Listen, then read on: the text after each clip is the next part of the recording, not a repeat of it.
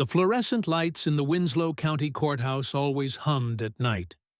It wasn't a sound most people noticed during the day, but after the last clerk locked the front doors and the echo of shoes faded down the marble steps, that hum was the only thing left, carrying down the hallways like an electrical pulse.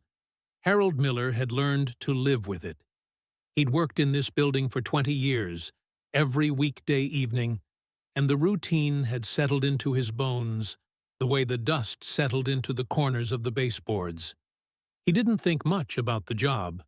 It was steady, and that was enough. He came in at 6 sharp, clocked in, nodded to the security guard if one was on duty, and then started at the far end of the first-floor hallway. It was November 18th, 2004, cold enough outside that Harold had to rub his hands together after locking his old Buick in the back lot. Inside, the courthouse was the same as always, faint smell of floor polish, the air a little too dry from the heating system, and the echoes of his own footsteps bouncing off tile. Security cameras caught him in the main lobby at 10:47 p.m. He was wearing his navy work shirt with Harold stitched above the pocket, dark pants, and a pair of well-worn sneakers that made no noise against the freshly waxed floor. The video showed him pushing his yellow mop bucket into the frame, leaning slightly into the mop as he worked in deliberate, slow strokes. The footage was ordinary until it wasn't. At 10:51, Harold stopped mid-stroke. He straightened, head turning slightly to his right, towards something just out of the camera's view. The mop handle stayed in his left hand for a beat. Then he rolled it toward the wall, leaning it into the corner. He moved the bucket closer to the lobby's side doors and left it there, water still sloshing inside. Without looking back, he walked into the east service corridor. That hallway led to storage rooms, the maintenance closet, and the freight elevator to the basement archives.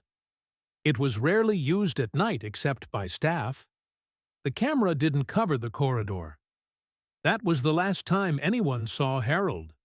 The next morning, a junior clerk named Marla Green unlocked the front doors just after 7. She noticed the mop bucket first. The water had gone cold and faintly gray, the mop leaning dry against the wall. Marla assumed Harold had left in a hurry, until she checked the break room and the maintenance closet and found his navy work jacket hanging neatly on the hook. His wallet sat on the shelf above it. Inside, $43 in cash, his driver's license, and a worn photograph of his late wife folded neatly in half. His car keys were on the same shelf. His Buick was still in the back lot. But his courthouse ID badge and his cell phone were missing. By mid-morning, the building was in quiet uproar. Security had already checked all exterior doors and stairwells. No one remembered seeing Harold leave. The back exit's alarm was still armed. The roof hatch was locked. The freight elevator to the archives had been found standing open with the gate rolled up, though the building's night protocol required it be closed and powered down after hours. The last detail didn't sit right with the facilities manager. Harold was meticulous. He would never leave an elevator like that. Outside, Winslow was its usual self. A cold wind carried the smell of diesel from trucks on Route 66, and the morning sun lit the flat rooftops of downtown. It was the kind of town where most people knew each other by name, where your absence didn't go unnoticed. By noon, word had spread beyond the courthouse. In the diner across from the train depot, someone swore they'd heard Harold had a heart problem. Others muttered about the basement, about how the archives went deeper than the public was told. Back in the courthouse lobby, an officer stood by the service corridor entrance, keeping it clear while investigators worked in the basement. Down there, the air was cooler, the smell of dust heavy. The walls were concrete, lit by long fluorescent tubes that flickered just enough to give the impression of movement in the corner of your eye. The hum of the building's HVAC system felt louder underground, a steady vibration in the chest. At the far end of the basement hall, The freight elevator stood open, its cage door pulled back. Inside, the floor was clean, except for one faint footprint leading toward the far wall, where a narrow utility door stood ajar. Beyond that door was nothing but an equipment alcove, and another locked door no one on staff could account for. They found no trace of Harold, no jacket, no flashlight, no signs of a struggle. The cameras in the service corridor had been turned off at some point between 9 p.m. and 10 p.m., though the security log showed no system error. The official search would start within hours, but by the time the sun set over Winslow that day, the mop bucket was still in the lobby where Harold had left it, the water unchanged. It was as if he had stepped out for a moment and simply not returned. That image, the yellow bucket by the glass doors, the handle of the mop leaning in shadow, would stay in the minds of everyone who saw it. Not because of what it showed, but because of what it didn't. And above all, because of the open freight elevator in the basement, humming faintly in the stale air, waiting for someone to close it. Just wondering, where are you watching from? Write it down, Bello. By the next morning, the courthouse was no longer just a workplace. It was a search site. Yellow tape stretched across the East Service corridor. The freight elevator was locked in place, the hum of its machinery replaced by the scrape of evidence kits being opened on the concrete floor. Detective Ron Avery from the Winslow Police leaned against the doorway of the maintenance room, holding Harold's navy jacket in one hand. It was still warm in the building from the heating system, but the jacket was cool to the touch, as though it had been hanging there for hours. In the pocket, he found a folded grocery receipt from 3 days earlier and a peppermint candy, still in its wrapper. What he didn't find was Harold's ID badge or his cell phone. Upstairs, the security guard on duty, James Deaton, was swearing under his breath as he reviewed the overnight footage for the third time. "I'm telling you, I saw him," he kept saying. "Near the loading dock, maybe midnight. He was walking like he was in a hurry." On the screen, though, there was nothing. The cameras covering the dock showed an empty space from 11:30 p.m. to almost 2 a.m. No Harold. No movement. Just the grainy, black-and-white stillness of a closed courthouse in the middle of the night. It wasn't the only thing missing. When they checked the archives, several shelves were bare. Specifically, the section holding case files from the late 1980s. The missing boxes were all labeled in faded black marker, CRIMINALCASENINEENNINE. No digital copies existed. The court's digitization program hadn't started until the mid-90s. Detective Avery ran a hand along the empty shelf, fingers picking up a fine layer of dust where the boxes had been. But on the floor below, a rectangular patch was cleaner, as if something had been dragged away recently. The 1989 case was one the courthouse staff didn't like to talk about. Rumors said it involved a prominent judge and misconduct that never made it to trial. Back then, people whispered that someone up high had buried the evidence. Now, with Harold gone and those files missing, the whispers had turned into something sharper. Down in the basement, a second team examined the utility hallway beyond the elevator. The air smelled faintly metallic, like old coins or blood. The concrete floor was covered in dust, except for a trail of partial footprints. Rubber soles, not work boots, leading halfway to a steel service door before abruptly stopping.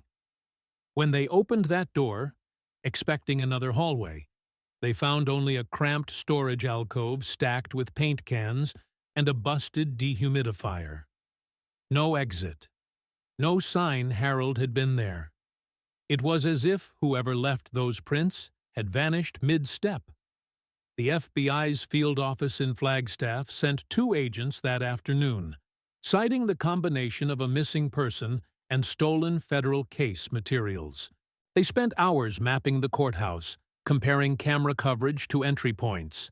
But the question that kept coming up was the same one no one could answer. If Harold had walked out of that building, how had he done it without showing up on a single camera? By nightfall, Winslow felt different. The diner conversations dropped in volume when someone in a badge walked in. At the gas station, a pair of truckers argued about whether Harold had finally run off or been taken. Outside the post office, an old man leaned against his pickup and told anyone who'd listen that the courthouse had a basement level no one talked about. Inside, Avery sat at the judge's desk in courtroom 2, looking over the day's search notes. The heat clicked on again, blowing stale air through the vents. That's when a clerk from records came in, holding a plain manila envelope. "No return address," she said. It was in Judge Calder's office. Calder had retired years ago. He'd been the presiding judge during the '89 scandal. Avery opened the envelope. Inside was a single clipping from the Winslow Gazette, dated March 3, 1994. A photo from a courthouse charity event. In the picture, Harold stood in the background, a little younger, holding a stack of folders. He wasn't smiling. Paperclipped to the photo was another, smaller, grainier, obviously older. Harold again, maybe 10 years younger, standing outside a brick building. No caption, no explanation. The envelope held nothing else. No fingerprints, no note. Avery set the pictures down on the desk, the hum of the courthouse filling the silence. Somewhere in the building, a door clicked shut. By spring the following year, Winslow had already begun to fold Harold's absence into its morning routine. The mop bucket was back in the closet. A new night custodian learned the route down the first-floor corridor by counting light switches, the way Harold used to. The courthouse door chime still stuck on damp days. Someone had written "push harder" on a strip of masking tape and left it there like a policy. Officially, the case stayed open. Practically, it sat. Megan Laurie chose then to start over. She worked out of a narrow desk at the Winslow Chronicle between the police blotter and the classifieds. 34, local, the kind of reporter who remembered faces and the exact way people said things. She had watched the standard coverage, the search grids, the family statements, the yellow tape in the service corridor, and waited for the noise to drop. What lingered for her wasn't the grainy lobby still or the bucket by the door. It was the open freight elevator and the way the building sounded when no one stood in it. She had shelved magazines in that law library in high school. She knew where the floor creaked and where the vents turned a corner. Her story would start there. Day 1 was paper. Megan requested everything the clerk would part with. Payroll runs for the facilities department, ID issuance logs, maintenance work orders, courier receipts. She signed the ledger no one else had signed in months and carried a wobbling stack to a spare table in records, where the air smelled like glue and dust warmed by fluorescent tubes. The binder clips left black dents in her fingertips. She worked until the letters blurred and the hum of the lights felt like a metronome keeping the room upright. On page 17 of a typed staff directory from 1977, she stopped. Miller, H. Evidence Assistant, PT. Not custodian. Evidence. Same building.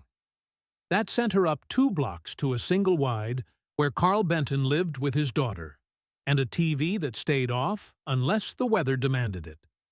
Carl had been the evidence tech then, now 81 with a memory like a drawer you had to tug twice. He poured 2 sweet coffee into thick white mugs and waved her to a cracked vinyl chair. "Harold came on 4 nights a week," he said, voice like gravel sifted in a pan. Logged things in, matched seals and tags, made sure a chain read the same all the way. Didn't lose track. Good at not making mistakes people blame on the room. "What was he like?" Megan asked. Square, Carl said. Not in a bad way. Keys on a clip, shirt tucked, smiled if you gave him a reason, the kind of man who thinks about the task in front of him, and not the one a week out. He looked out the window as if 1977 might walk by. Then 78 happened. What happened in 78? He didn't show for 3 days, Carl said. No call. Not like him. I figured flu. He came back that Friday, white around the eyes, started relabeling boxes he'd already labeled, put the same receipts in order 3 times, kept a set of keys in his fist, even when he wasn't moving between lockers. Did he say where he'd been? He said, had to take care of something. And that was all of it. Carl made a small motion with his hand, like smoothing tablecloth wrinkles. He started listening to rooms after that. You ever see somebody stand in a doorway and tilt their head? Just a little, like the space is telling them who's in it? He did that. Stayed on nights a while. Then, after his wife got sick, he moved to cleaning. Still carried himself like a man who knew where the seals went. Megan wrote that phrasing down word for word. The courthouse in 1989 was the next pile. She'd grown up on the rumors. Internal affairs complaints squashed. A misfiled motion that became a missing one. A judge who retired early without saying the word resign. She found what she could. A schedule typed on onion skin that never turned into a hearing. A clerk's memo about a box relidded and misrouted to facilities.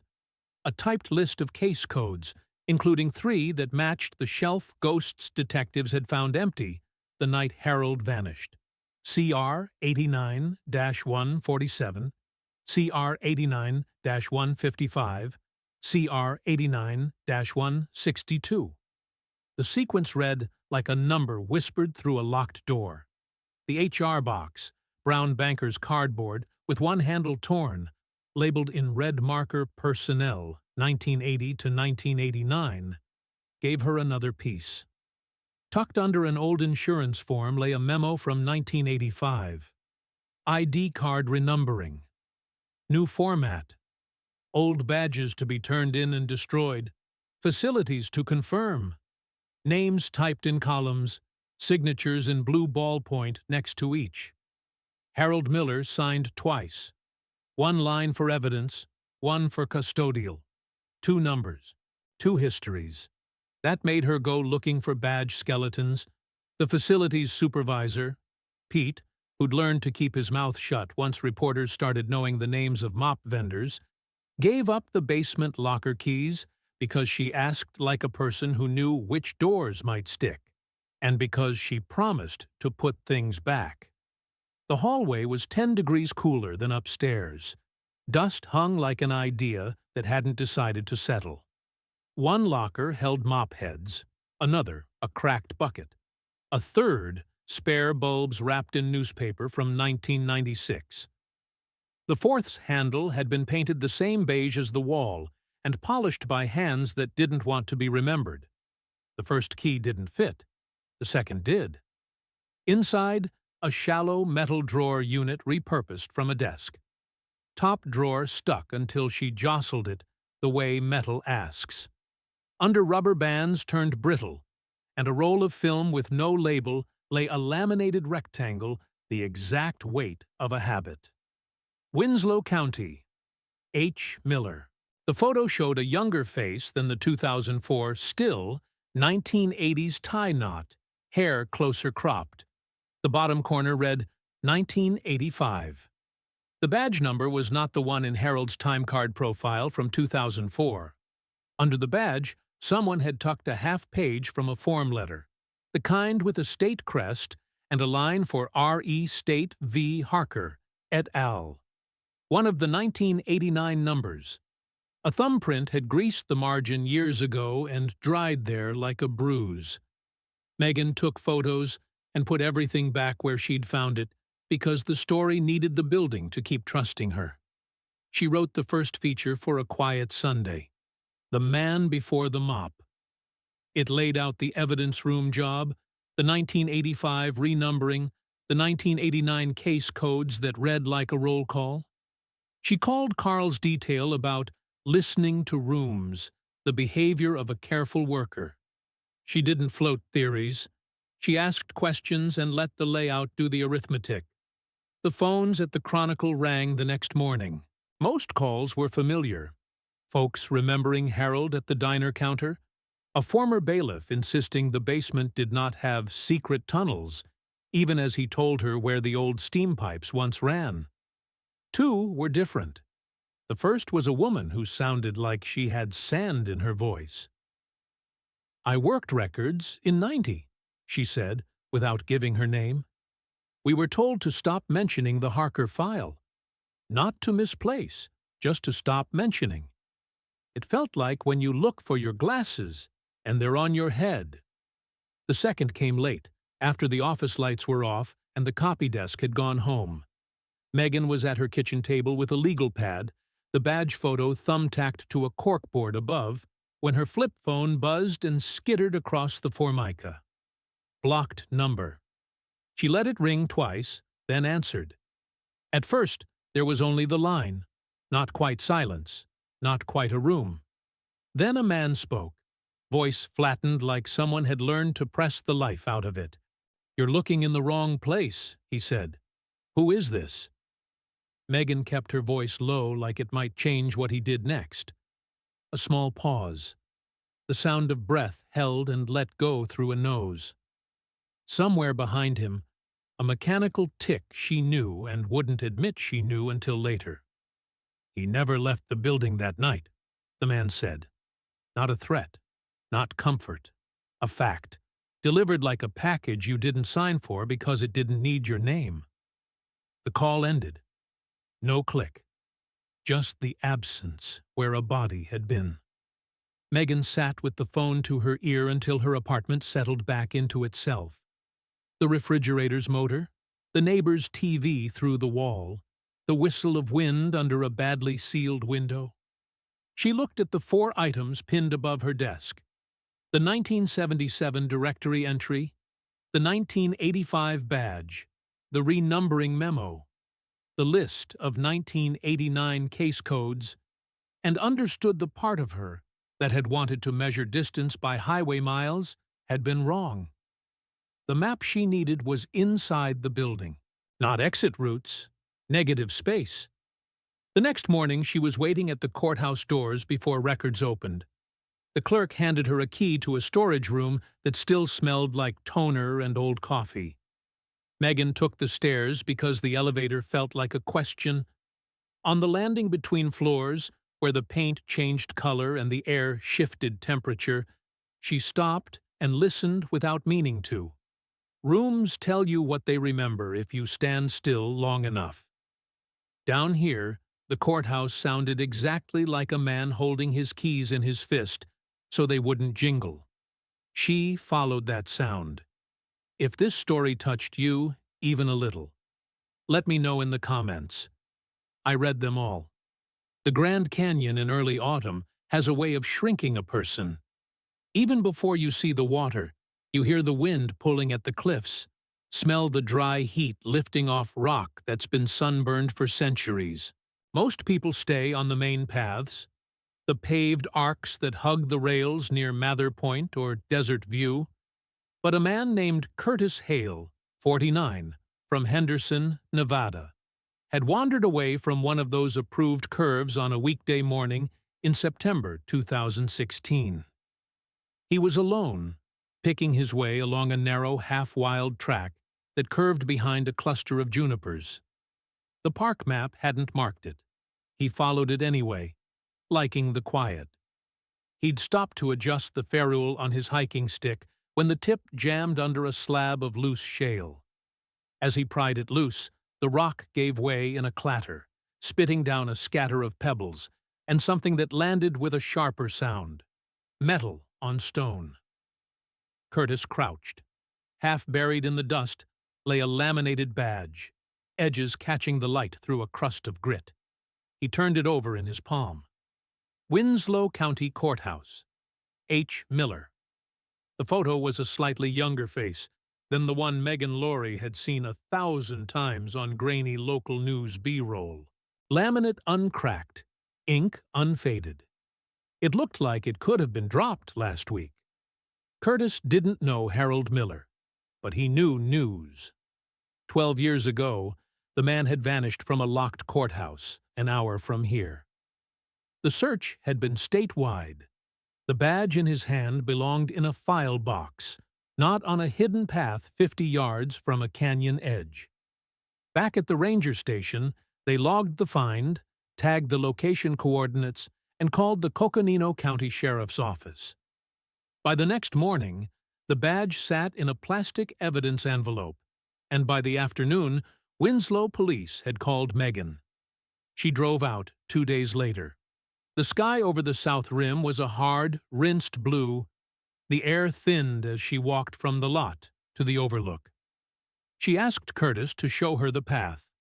The track was more a suggestion than a trail, a shoulder-wide seam between scrub and stone, dipping once into shadow before opening onto a low shelf with a clear drop into air.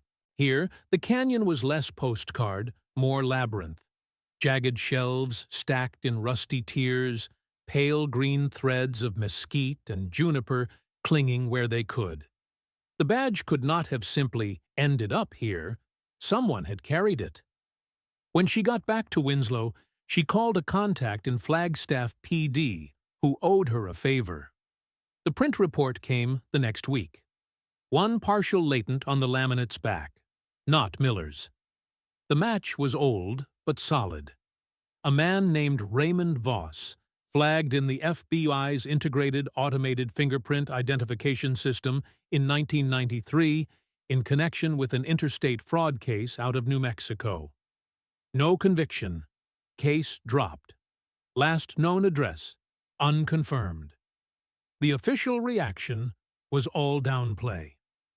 Contaminations common in old evidence, the Winslow chief told the Chronicle, leaning hard on the fact the badge could have been moved by any number of hands over the years. But off record, one of his detectives told Megan that Voss's name had crossed their desks before. In connection with work he did as a fixer for out-of-state firms that didn't want to show up in court.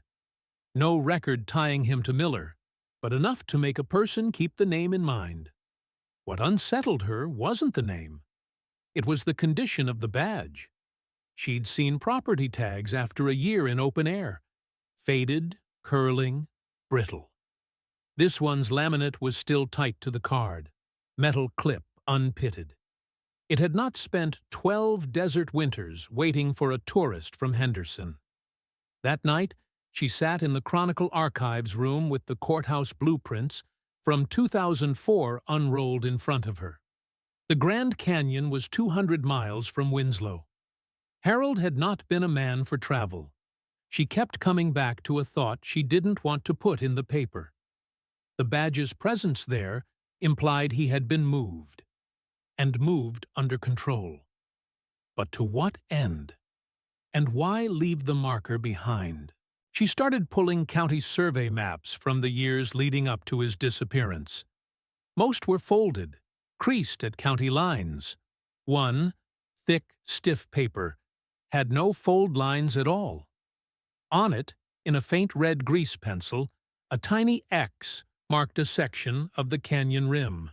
Not the south rim where Curtis had been, but farther north, near a remote overlook rarely visited outside backcountry permit holders. In the bottom right corner, in the courthouse's old date stamp ink, November 9th, 2004, 9 days before Harold was last seen. No initials, no routing slips. The map didn't belong in a box marked Assessor. Parcel updates. The next morning, she asked to see the sign-out logs for courthouse reference maps in 2004. One entry, no name, just a set of initials she didn't recognize, corresponded to that date. The clerk shrugged. Half the initials in those logs belonged to temps or outside contractors. But Megan traced the loop with her finger, from a basement archive in Winslow to an X on a canyon rim, to a badge placed exactly where someone would eventually stumble on it. It wasn't a path, it was a message. And if someone was still leaving messages after 12 years, they were either very confident Harold Miller's story would never be told, or they were inviting her to try. By late October 2016, Megan had replayed Curtis Hale's account of finding the badge so many times in her head that it stopped feeling like chance. The map from the courthouse archive sat rolled on her desk, the faint red X staring at her every time she looked over. She was sure now. Harold had been taken toward the Grand Canyon, but the badge alone wasn't proof. She needed a voice, a human detail. It arrived by way of a voicemail. The caller identified himself as Frank Dillon, said he'd driven long-haul rigs most of his life, and had something about that courthouse fella. Megan called back within an hour. His voice over the line was dry and gravelly, a tone that carried fatigue and suspicion in equal measure. They met in the corner booth of a diner just off Interstate 40, the kind of place where truckers sat alone with their eggs, and the smell of burnt coffee lived in the wallpaper. Frank wore a faded denim jacket with the sleeves frayed near the cuffs. He had a way of scanning the room while talking, eyes ticking to the window every few sentences. He didn't waste time. It was 3, maybe 4 days after they said he went missing, Frank began, leaning forward on his elbows. I was gassing up outside Holbrook. Midnight run. I see this man standing by the vending machines. Thin, gray hair, button-down shirt, jeans, no jacket. Looked wrong, like he'd just stepped out of someplace warm into the cold and hadn't noticed. Frank paused, taking a slow sip from his mug. He walks over, asks me if I know how to get to the North Rim. Not the South Rim tourists go to, North Rim. He's holding this little cardboard box, about the size of a lunch pail. Clutched it like it was glass. Megan asked what his voice was like. Flat. Careful. Like he was trying to sound normal, but every word cost him something. Then came the part Frank had clearly debated telling her. About 10 feet behind him, there's this guy in a dark suit. Out of place. Suit in the middle of the night at a gas station? He's watching. Not just casual either. Like a man counting your breaths. Soon as the old guy finishes talking to me, Suit walks over, says, "We're late." Puts a hand on his arm, not rough, just enough. Walks him to a black pickup parked off to the side. No plates. They're gone before I finish fueling. Megan's recorder picked up the scrape of ceramic as Frank set his mug down. He rubbed his jaw. I didn't think much then, figured maybe it was some weird family thing, but 2 mornings later, I wake up, open my door, and there's a photo of my grandson lying on the mat. No note, just the picture. That's when I kept my mouth shut. The detail sat between them like another person in the booth. Megan asked if he still had the photo. He shook his head. Burned it. Didn't want my wife asking questions. She pressed gently. Could he describe the man in the suit? Frank's brow furrowed. Tall, 6'1" maybe, broad shoulders, dark hair slicked back, but not neat. Had this way of standing too still, like he didn't need to move to make you feel boxed in. He hesitated, then added, I saw him once more, years later. On the news, background of some story out of Flagstaff. Never caught his name. Megan's mind was already making connections. The courthouse gossip about a missing attorney from '92. A shadowy figure in a grainy photograph from a holiday party. Different decades, same outline. Frank leaned closer. You're gonna write this? You should know. The man in the suit. I think he was in charge. Not of the guy you're asking about. of the whole situation. When the interview was over, Megan walked him to his truck. He opened the door, then stopped, his hand on the frame. "If you go looking for that north rim, don't go alone. And don't go thinking he was running. Looked to me like he was being carried forward." Driving back into Winslow, the desert rolled out under a wash of twilight, the mesas turning purple. She replayed Frank's words, carried forward. Harold hadn't been wandering. He'd been escorted. The box, the north rim, the suit. Each detail pulled the story out of the courthouse basement and into a wider, stranger map. That night, in her apartment, Megan dug through old Chronicle clippings from the early 90s. She stopped at one about the missing attorney. One witness description in the article mentioned a tall man in a dark suit, seen with the attorney a week before he vanished. Different case, same silhouette. The connection was too sharp to ignore. If Frank's memory was right, Harold's disappearance wasn't an isolated mystery. It was one chapter in a longer pattern, written by someone who knew exactly how to make people disappear without a trace. And the black pickup without plates was just the most visible part of whatever machinery was moving in the dark. The night after meeting Frank Dillon, Megan spread her files across her small kitchen table, pushing aside a half-eaten sandwich to make room. The map from the courthouse archive, the photo of the badge, Frank's statement, and an old yellowing newspaper article from 1992. They all seemed to be orbiting the same shadow. The article was about a man named David Hensley, a defense attorney who'd practiced in the very same courthouse where Harold had worked. According to the piece, Hensley had been well respected, the kind of lawyer who handled cases other attorneys wouldn't touch. Then, in late September 1992, he stopped showing up to work. No body was ever found. Police called it an unresolved missing persons case, but buried halfway down the article was a single paragraph that caught Megan's eye. Several colleagues reported that in the week prior to his disappearance, Mr. Hensley appeared nervous and was frequently seen carrying a large manila envelope. It is alleged that he received repeated anonymous phone calls during that time. The name Harold Miller wasn't mentioned anywhere, not directly. But then, Megan found something stranger. A photocopy from the courthouse archives of a holiday party photo, also dated 1992. It was crowded with people holding paper cups and plates of hors d'oeuvres. In the background, almost obscured by a pillar, a younger Harold stood frozen, staring into the lens. The problem was, according to employment records, Harold had taken a leave of absence that December. Officially, he wasn't in the building that night. Yet, there he was. She took the photo to her desk, studied it under a lamp. Harold's posture was rigid, hands in his pockets, shoulders slightly hunched. But his eyes, even in the grainy black and white, seemed to be watching something just beyond the frame. The deeper she went, the more the lines blurred between the two disappearances. She tracked down an old case file from the Hensley investigation. The file contained a cassette tape, brittle with age, labeled only Call 7.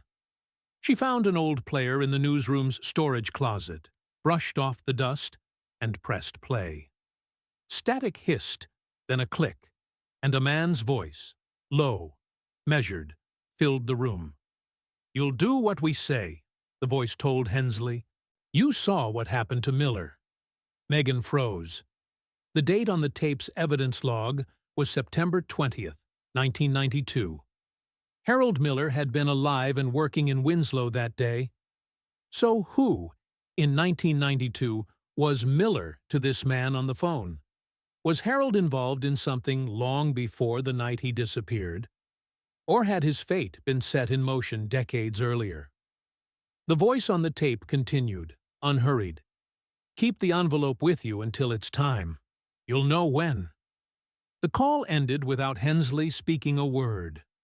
By the time the tape clicked off, Megan felt the air in her apartment had thickened. She looked toward the window. The street outside was quiet, but a dark SUV had been parked across from her building for 2 nights now. No plates on the front bumper. She told herself it was a coincidence, but the next morning, when she left for the paper, the SUV was still there. A man sat in the driver's seat, head down, pretending to scroll a phone. That night, it was parked on the next block over. Megan didn't stop digging. She called a retired clerk who'd worked at the courthouse during the early 90s. The woman's voice was thin but sharp. Hensley had something he wasn't supposed to have. Papers. I saw him slip one into his jacket when no one was looking. A few days later, he was gone. And Harold? He kept his head down back then, but the two of them talked more than people realized. When Megan asked what happened to the papers, the woman hesitated. If I had to guess, they're wherever Hensley ended up. And if that man in the suit was around... She trailed off, leaving the sentence unfinished. The pattern was becoming harder to dismiss. 2 men linked to the courthouse, both tied to sensitive documents, both vanishing without a trace. And in the middle of it, a figure in a dark suit, always just close enough to be noticed, never close enough to be named. Late one night, Megan was back at the newsroom when her email pinged. The subject line was blank. The body contained only one sentence. What he carried is still in the canyon. No signature, no attachments. The timestamp was 3:14 a.m. Megan leaned back in her chair, the glow of the monitor washing her face in pale light. If the email was telling the truth, then Harold hadn't just been taken away from Winslow. He'd been moving towards something. And whatever it was, it had been sitting out there for more than a decade, hidden in the open vastness of the Grand Canyon. But the email also meant something else. Someone knew exactly what she was looking for, and they were letting her know they were watching. The trail to the canyon rim was nothing like the postcards. No bright open vista for the tourists, no railing to lean against. Megan followed the guide, a wiry man named Caleb, along a sliver of dirt carved into the rock face. The drop beside them was a sheer fall into shadow.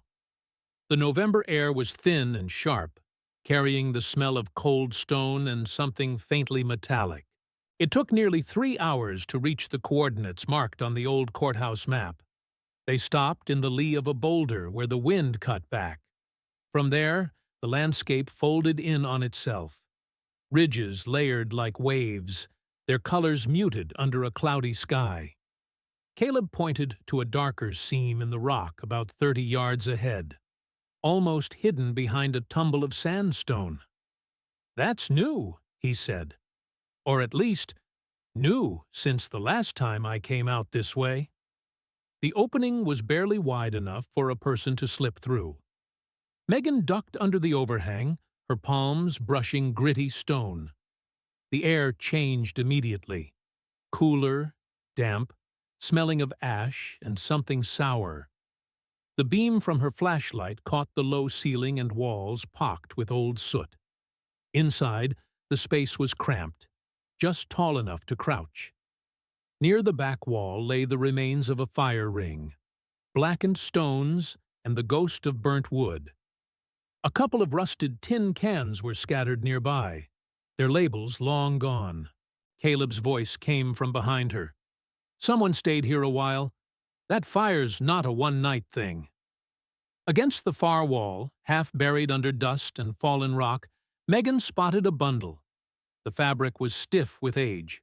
The dark blue faded to almost gray. She pulled it free, shaking out a courthouse janitor's jacket. The name patch was gone, but the stitching outline was still there. Wrapped inside was a small metal container, its surface eaten with rust. The lid resisted, then gave with a sharp snap. Inside, the first thing she saw was a paper envelope, its edges curled and blackened, as if it had been caught in a fire, and quickly pulled out. The top half was gone entirely, leaving only a charred crescent. Beneath it lay the jagged end of a broken key, and under that, a strip of photographic film in a brittle paper sleeve. Megan's hands felt clumsy in the tight space. She held the strip up to the flashlight, squinting at the tiny frames. The images were dark but visible. People in a courtroom, mid-trial, their expressions caught mid-breath.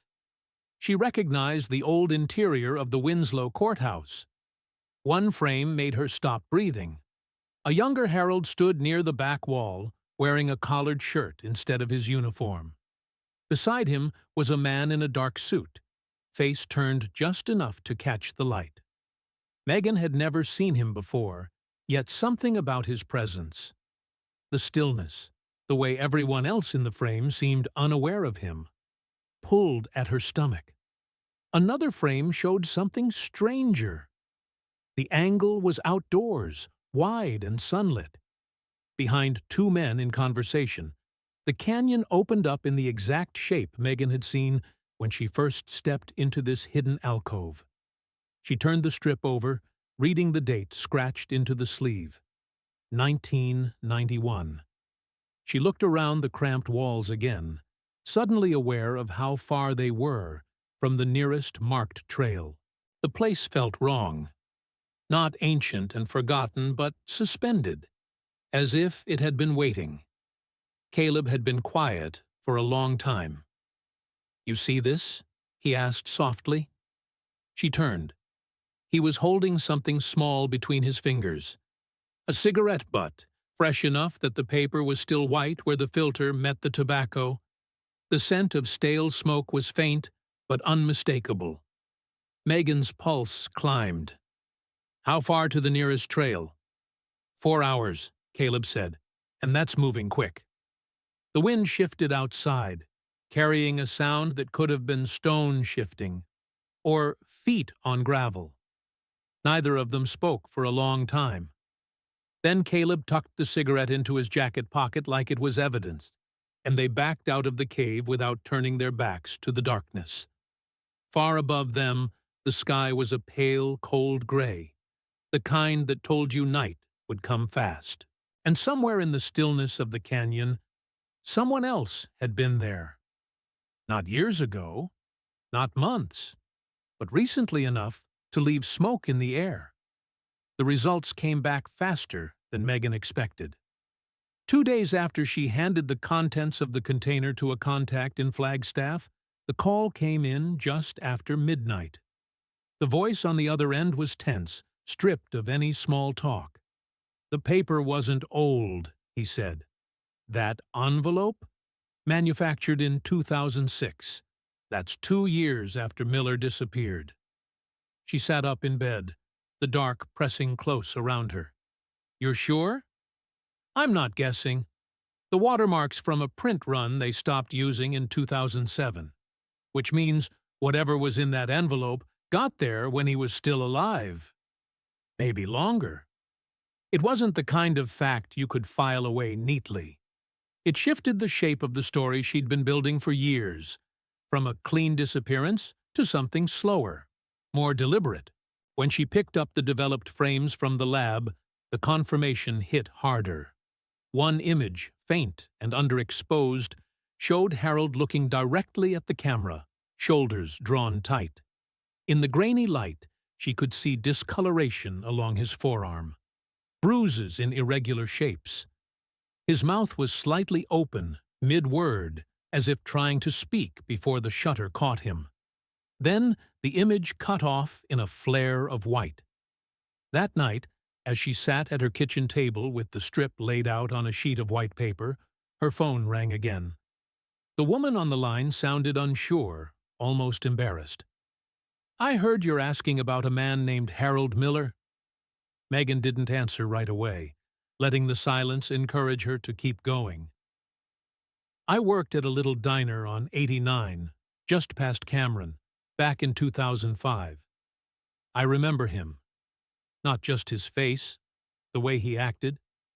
He sat in the corner booth, wouldn't take off his jacket. paid in cash.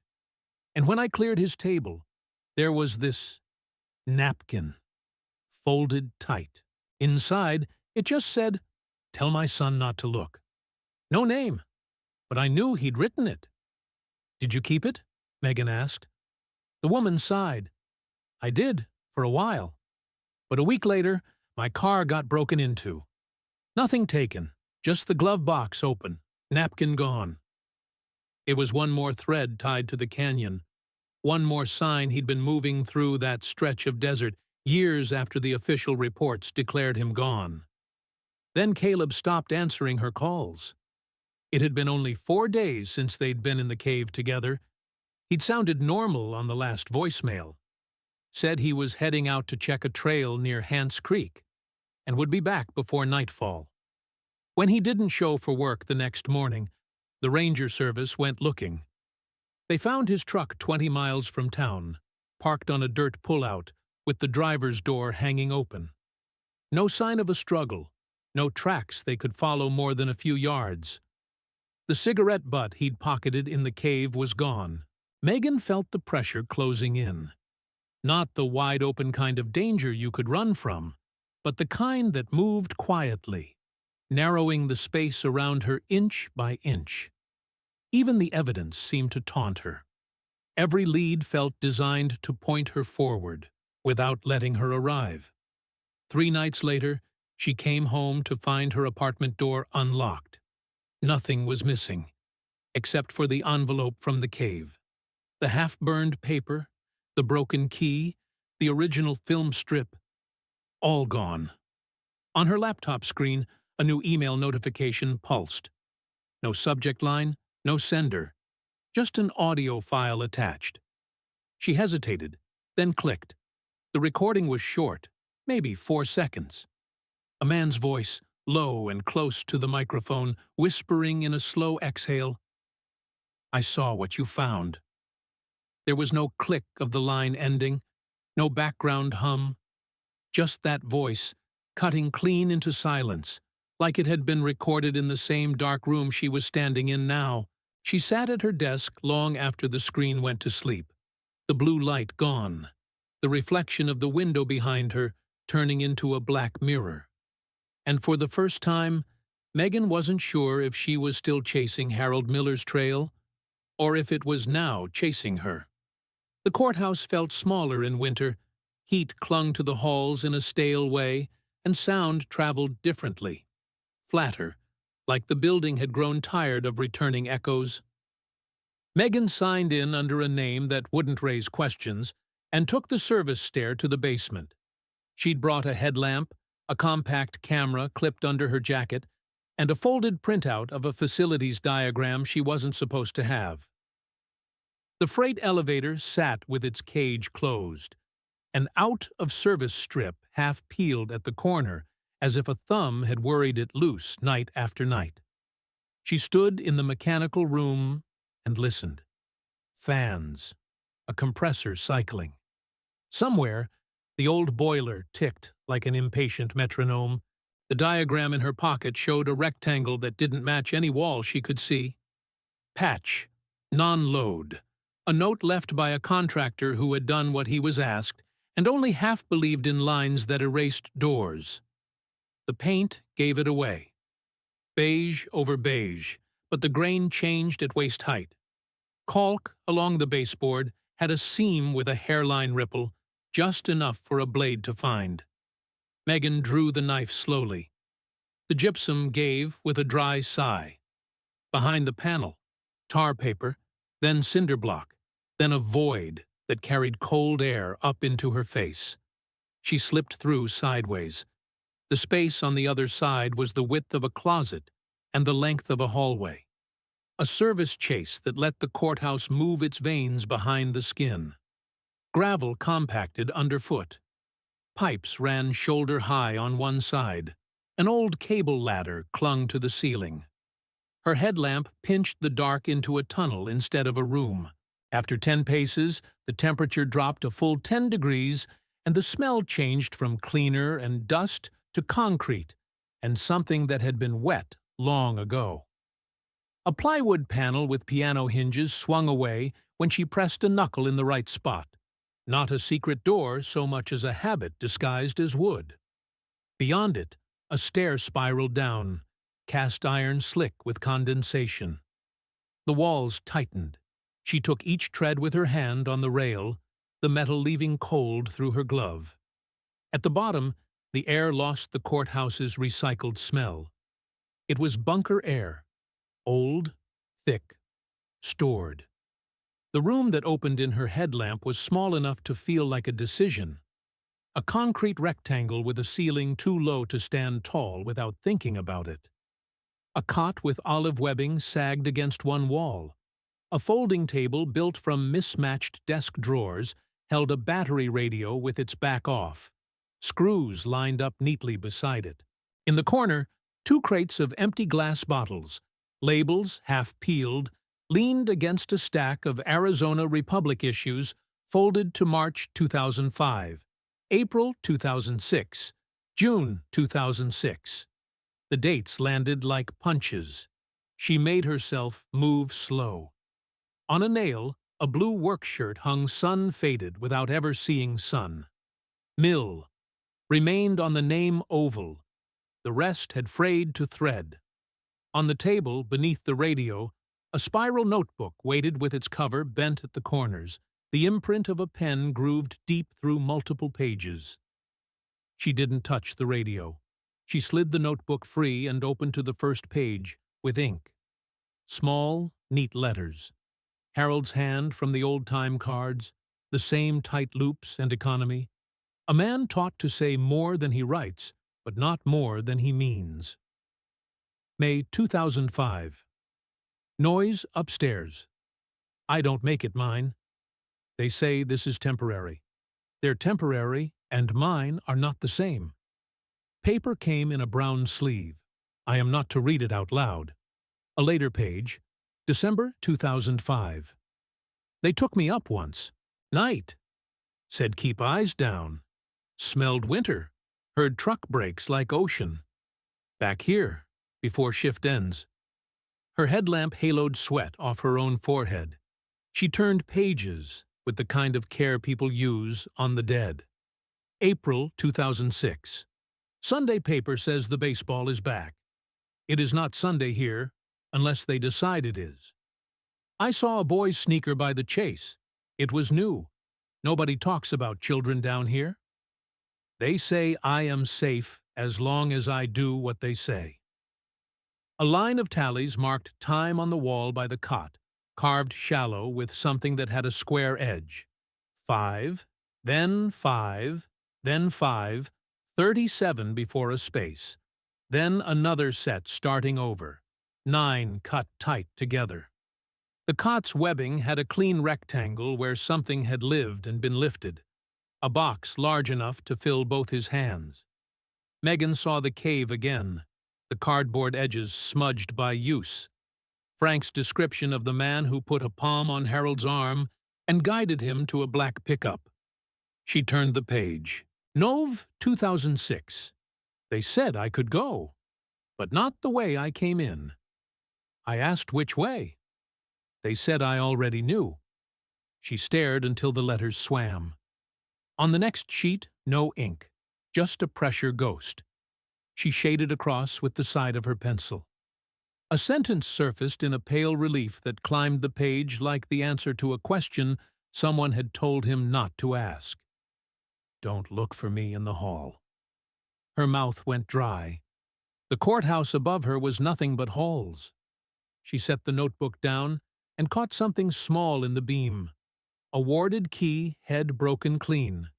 The kind that fits old mechanical locks, stamped MECH on the bow.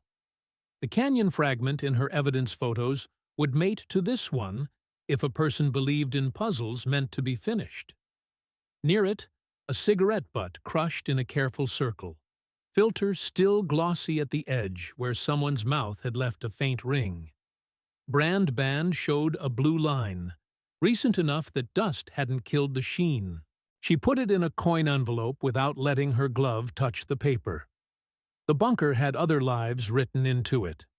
a plastic basin with a hard water ring, a piece of soap the color of institutional sink, a library book missing its checkout card, 3 coins stacked on the edge of the shelf, 2 quarters and a dime, aligned like a signal only one person would read.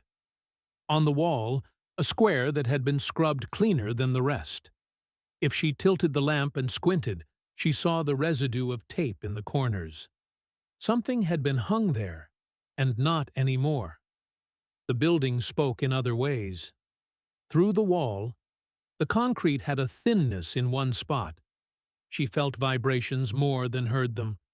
The weight of a file cart passing above, the freight elevator pretending not to be out of service, the long pulse of air conditioning that made the room's dust rise and settle without moving. She lifted the camera clipped under her jacket and tipped it to capture the table, the cot, the notebook open to the last entry with ink. The red indicator light stayed covered with a sliver of tape. She took one more pass across the floor and another along the tunnel entrance to fix her distance in case she had to run it without light. That's when she heard the sound that didn't belong to fans or ductwork, or the polite groan of an old building. Footsteps. Soft as a decision, made by someone who likes to arrive without changing the air too much. She turned off the headlamp. The dark came down like a lid. She let her eyes do what eyes do, and her ears took the front seat. The steps slowed at the top of the iron stair, and then counted each cast-iron lip on the way down. Patient. Weight over the ball of the foot. Gravel moved deliberately. 2 treads above the threshold. A pause. A key ticked against a ring in the way of a man who doesn't fidget, but likes to let metal touch skin before he sets it down. Megan slipped left, shoulder to wall, a hand on the notebook to keep it from thinking it was alone. She felt the cold knob of the door against her knuckles, and did not touch it because the sound of a latch is proof, and she wasn't ready to make any. The figure stopped in the doorway. She couldn't see him, not really.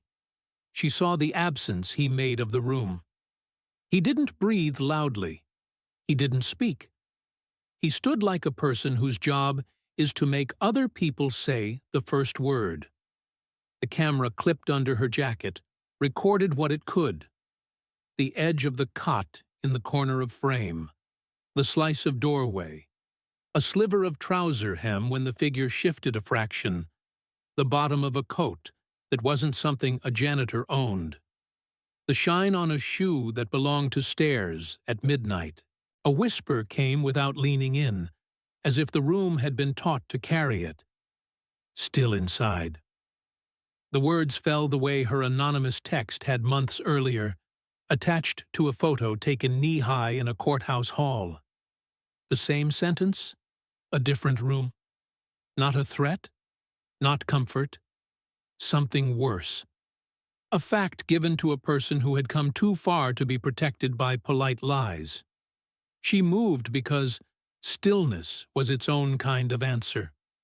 Her hip brushed the table, catching the notebook's wire. The tape over the camera's red light loosened, and the dot flashed once like a tiny heartbeat.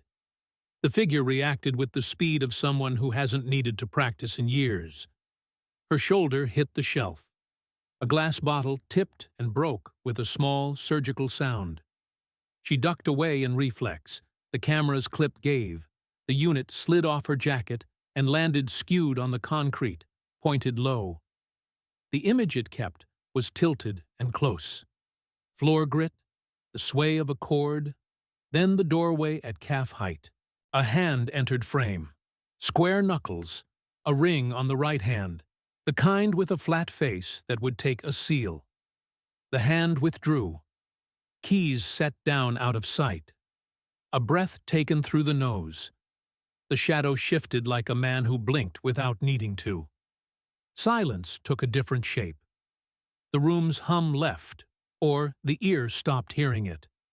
A second shadow, narrower, wrong, like a cable moving, crossed the frame behind the first and vanished. leaving nothing but the memory of movement. The audio caught the rest. "Don't make me carry you." No shout, no urgency. It had the cadence of a policy. The next thing the camera saw was the ceiling up close, as a shoe toe nudged it gently aside, as if not stepping on it were the courtesy a person offered to an object that had done what it could. The file ended there, cut by a thumb or a pocket or the end of battery. No one could agree which later on, and that became its own small argument people used to avoid speaking in bigger nouns. They found the camera at 10 the next morning, when a clerk came down for old payroll binders and noticed the mechanical room door wasn't latched and the panel's edge had a fresh scrape. Velasquez took the chase, then the hinge, then the stair, swallowing curses for whoever had built this and never drawn it. He stepped into the bunker with his light and didn't say anything for a long time. The room still held a shape of occupation. Cot, radio, bottles. The folded papers dated 2005 to 2006. The line of tallies. The penciled ghost a person could read if they wanted to, and not read if they hoped not to carry it upstairs. The cigarette butt near the door was new enough that the filter ring still shone when his flashlight slid across it. They sealed the basement by noon, said it was for safety, while they figured out the old stair. The press release at 4 called it a structural anomaly and asked the public for patience. Inside, the building took back its air. A maintenance man rolled the mop bucket to the closet out of habit and then returned it where Harold had left it, because routine is how people keep rooms from eating them. By sundown, the story existed in two forms.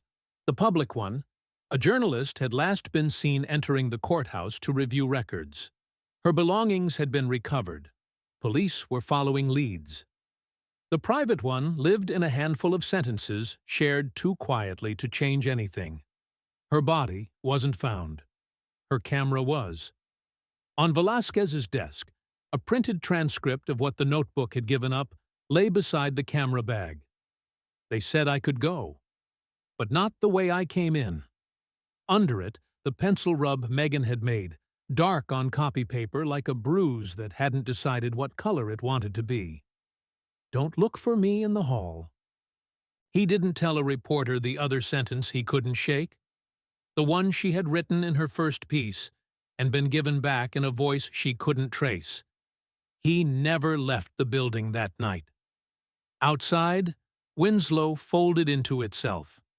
In the north, winter settled along the canyon in a way that quieted even the wind. In the courthouse, a man in a coat might pick up a ring he'd set on a shelf and put it in his pocket again before he left a room you couldn't find on a map. Somewhere between those places, a box that had once been carried under someone's arm waited for a person who already knew which way he was allowed to go. What happened to Harold felt, at last, less like a mystery and more like a set of instructions someone else had chosen not to read in public.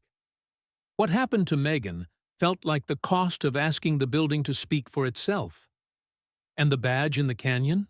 It still didn't make sense, unless the point had never been to explain anything, only to prove a person could be moved across a map without ever truly leaving the place that first took him.